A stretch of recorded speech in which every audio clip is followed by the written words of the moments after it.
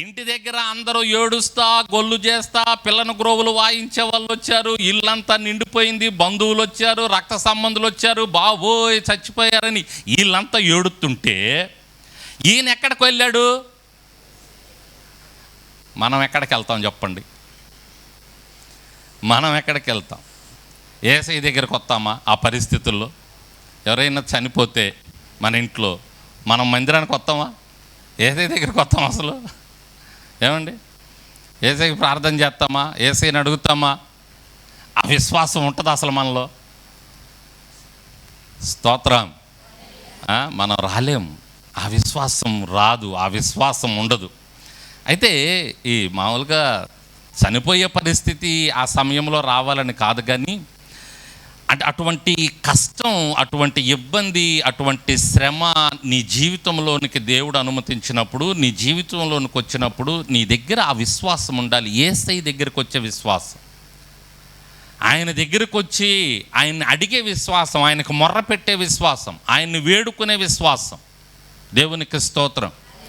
ఈ అధికారి దగ్గర మనం ఆ విశ్వాసాన్ని చూస్తున్నాం. మనం ఏమన్నా కానీ నేను ఆ యేసయ్య గురించి విన్నా, యేసయ్య ఏమో అద్భుతం చేస్తాడు, నా కుమార్తె విషయంలో అద్భుతం చేస్తాడు. ఆయన దగ్గరికి వెళ్తే, ఆయన్ని తీసుకొచ్చి నా కుమార్తెను ముట్టిస్తే నా కుమార్తె జీవితంలో అద్భుతం జరిగిద్ది, నా కుమార్తె లేచిద్ది.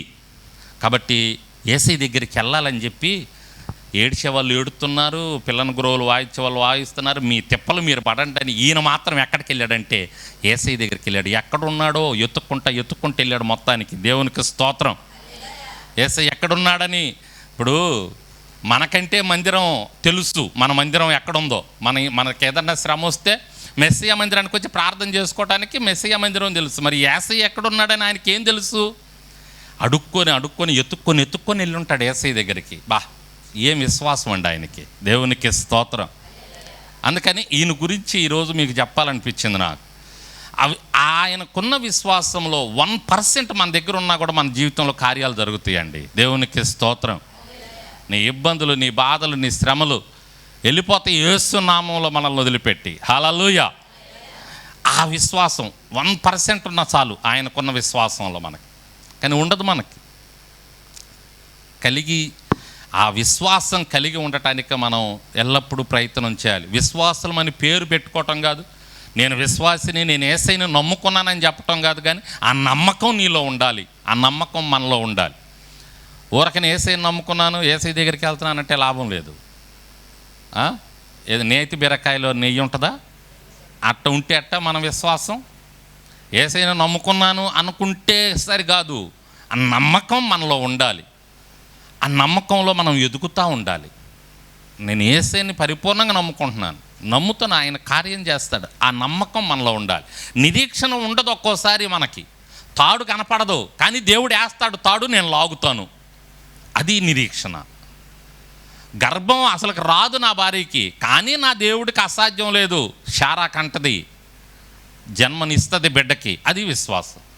నా బిడ్డ చనిపోయింది, తిరిగి లేకవదో, నేను గుంట తీయాలి వెళ్ళి కాదు, నాది యేసయ్య దగ్గరికి వెళ్ళాలి. అది విశ్వాసం ఈయన దగ్గర. దేవునికి స్తోత్రం. ఈ విశ్వాసం 1% ఉన్న ప్రతి ఒక్కరికి ఏదో ఒక అవసరత ఉండే ఉంటుంది. ఇక్కడ నేను చెప్తున్నాను, నాకుండే అవసరతలు నాకుండే, మీకుండే అవసరతలు మీకు, ఒక్కొక్కరికి ఒక్కొక్క అవసరత, ఒక్కొక్క ఏదో శ్రమ, కష్టం, ఇబ్బందో, బాధో ఏదో ఉంది. మొత్తానికి అవి తీరాలా. యేసు నామంలో చెబుతున్నాను, యేసు రక్తమే జయం. మీరు కానీ ఈ విశ్వాసం 1% ఉన్న చాలు, డెవలప్ చేసుకోండి. తప్పకుండా మీ జీవితంలో దేవుడు కార్యం జరిగిస్తాడు. దేవునికి స్తోత్రం. నమ్మిన వాళ్ళు. యేసు అధికారి ఇంటికి వచ్చి పిల్లన గురవులు వాయించు వారిని గొల్లు చేయుచుండ జనసమూహమును చూసి, స్థలమియ్యండి నాకు, ఈ చిన్నది నిద్రించుచున్నదే కానీ చనిపోలేదని వారితో చెప్పగా వారాయన్ని అపహాసించారు. నవ్వారంట వాళ్ళు.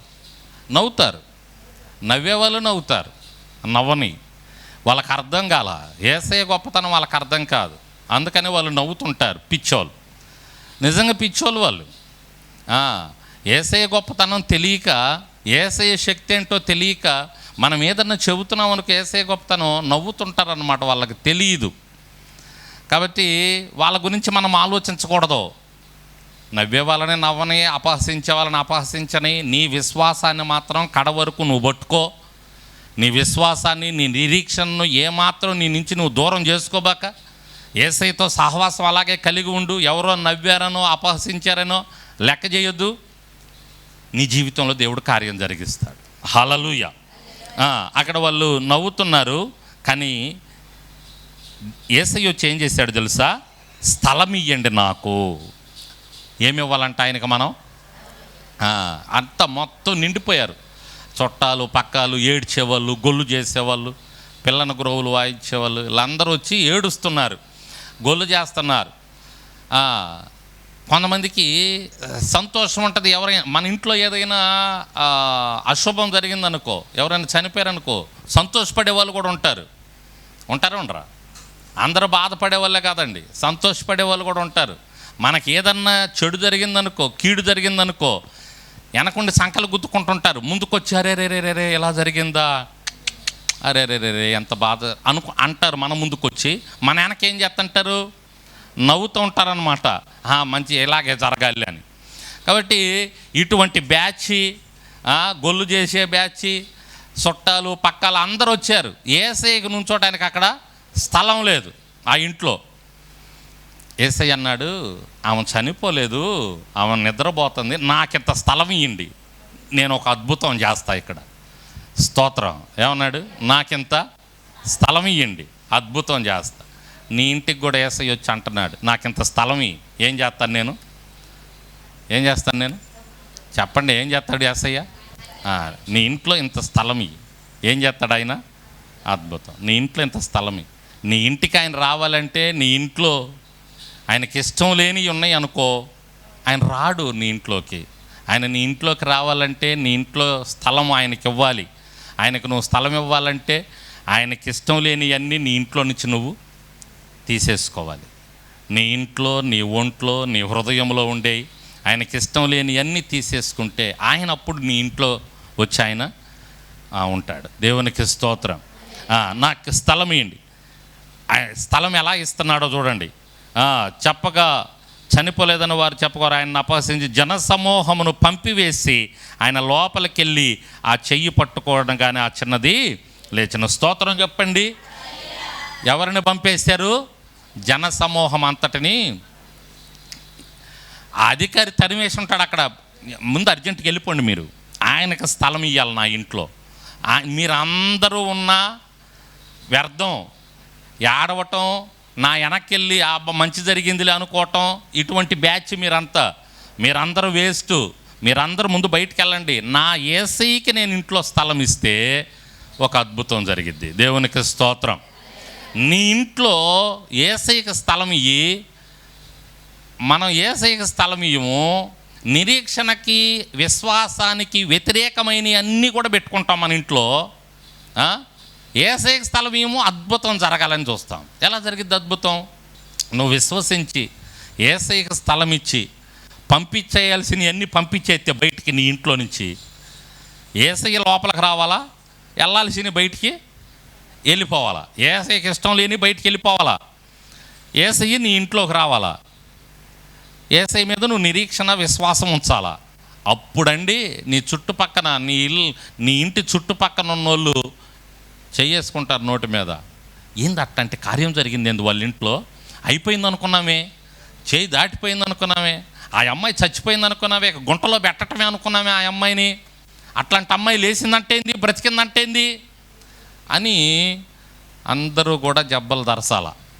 నీ ఇంట్లో అటువంటి కార్యం దేవుడు జరిగిస్తాడు. దేవునికి స్తోత్రం. మన ఇళ్లల్లో అటువంటి కార్యం దేవుడు జరిగిస్తాడు. ఆయనకు చోటిచ్చి ఆయన యందు విశ్వాసం ఉంచి, నిరీక్షణకు ఆధారం లేకపోయినా నా యేసయ్య గొప్ప దేవుడు జరిగిస్తాడన్న విశ్వాసం నువ్వు కలిగి, ఈ అధికారండి మనకు మంచి పాఠంగా ఉన్నాడండి. నిజంగా స్తోత్రం చెప్పండి. పేరు రాయబడలేదు కానీ మంచి మంచి లక్షణాలు కలిగి ఉన్నాడు. యేసయ్య మీద ఎంత విశ్వాసం పెట్టుకున్నాడు చూడండి. నువ్వు కూడా కలిగి ఉంటే, మనం కలిగి ఉంటే మన జీవితంలో కూడా దేవుడు తప్పకుండా అద్భుతాలు ఆ దినాల్లో చేసిన దేవుడు ఈ దినాల్లో కూడా మన జీవితంలో కూడా జరిగించటానికైనా సమర్థుడు. దేవునికి స్తోత్రం.